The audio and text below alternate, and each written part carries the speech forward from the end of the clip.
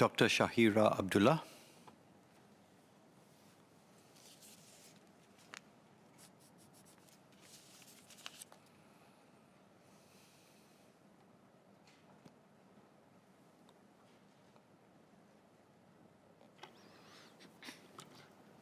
Mr. Deputy Speaker, sir, an online poll conducted by the Sunlight AFA in January 2022 found that nearly half of over 1,000 Singaporeans have personally experienced online harms, the bulk of them youths.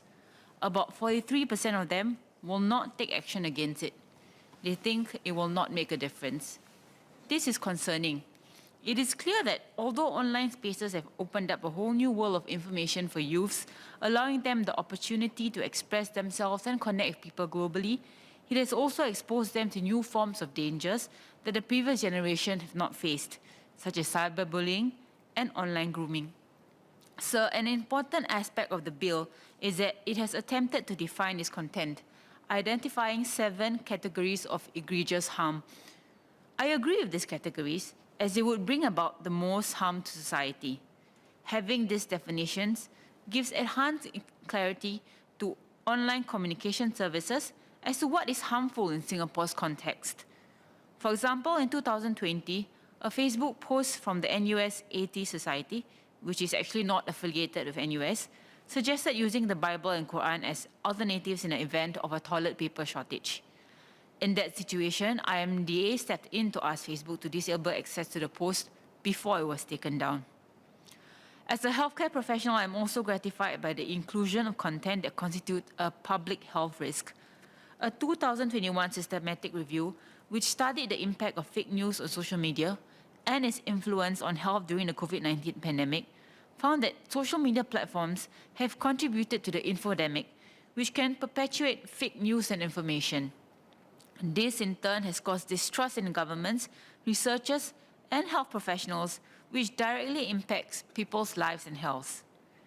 I support this bill. However, I have queries on certain aspects of it. Firstly, Section 45H directs the OCS provider to disable access by Singapore users to egregious content.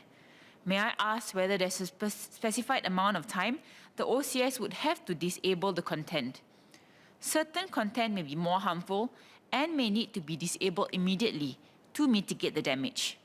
One case in point is the Christchurch attack in 2019. Using a GoPro camera, the attacker filmed himself using Facebook Live, gunning down 51 people in 2 mosques. The video quickly went viral and was viewed about 4,000 times before it was removed. As Washington Post reporter Drew Harwell summed up in a tweet, the New Zealand massacre was live-streamed on Facebook, announced on 8chan, reposted on YouTube, commented about on Reddit, and mirrored around the world before the tech companies could even react. Secondly, if the OCS fails to comply with IMDA's direction to disable access or is unable to do it within a specified time, under Section 45I, ISPs can be directed to block the Singapore users' access to the OCS. Could the Minister clarify how long the OCS is expected to be blocked in such cases, and what factors are used to determine the length of time? Thirdly, I would also like to seek some clarity on who would be designated a regulated online communication provider, ROC. Although Section 45K1 sets out some criteria, there are factors that do not bind IMDA and are actually quite wide. For example, how will IMDA quantify or measure the extent and nature of the effect that different types of OCS have in the people of Singapore? Fourth, Section 45L sets out the boundaries of IMDA's powers in the Code of Practice. However, it's not clear how IMDA intends to implement the different objectives under Section 45L.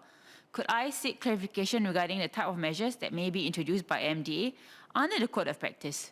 For example, how does IMDA intend to have OCSs prevent children of different age groups access content that presents a material risk of significant harm to them? Most already have terms and conditions that require users to declare they are above a certain age. If a child user declares falsely, will the OCS be liable for the child's actions?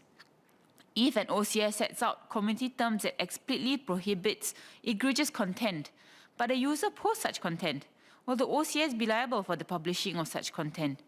What safeguards are there to ensure the audits requested by IMDA are not excessive? Fifth, technology evolves at a rapid speed. During the time the UK started drafting the online bill, TikTok emerged. We also now have the metaverse. How often will the code of practice be updated to keep up with these changes? Finally, I would also like to draw attention to the work of the human content moderators. The constant exposure to disturbing and inappropriate content takes a toll on their well-being. In 2019, Cambridge consultants reported that moderating harmful content can cause significant psychological damage to moderators. The psychological effects of viewing harmful content is well documented, with reports of moderators experiencing post-traumatic stress disorder, symptoms, and other mental health issues as a result of the disturbing content that they are exposed to. May I suggest, therefore, that we also make it a part of the code of practice to protect our protectors, the content moderators who risk personal wellness for social good. In addition to continually improving AI, OCSs can protect content moderators' mental health through a variety of practices, such as having access to mental health services and support, as well as having exposure limits. Overall, I am glad that in the drafting of this bill, extensive industry and public consultations were carried out. However, tackling harmful online content requires a whole of society effort. As the Good Minister stated yesterday, laws are not a silver bullet. It is also insufficient and inappropriate to pass the onus of regulating such content on OCS alone, without recognizing that OCS services are merely a tool or platform that reflects the way individuals use them. Ultimately, individuals, parents, children, teachers, law enforcement authorities, and governments all have a role to play too. Everyone has a part to play by not engaging in online harm, by proactively taking steps to prevent exposure, and by supporting those who have become victims of it. Mr. Deputy Speaker, sir, clarifications notwithstanding, I support the bill.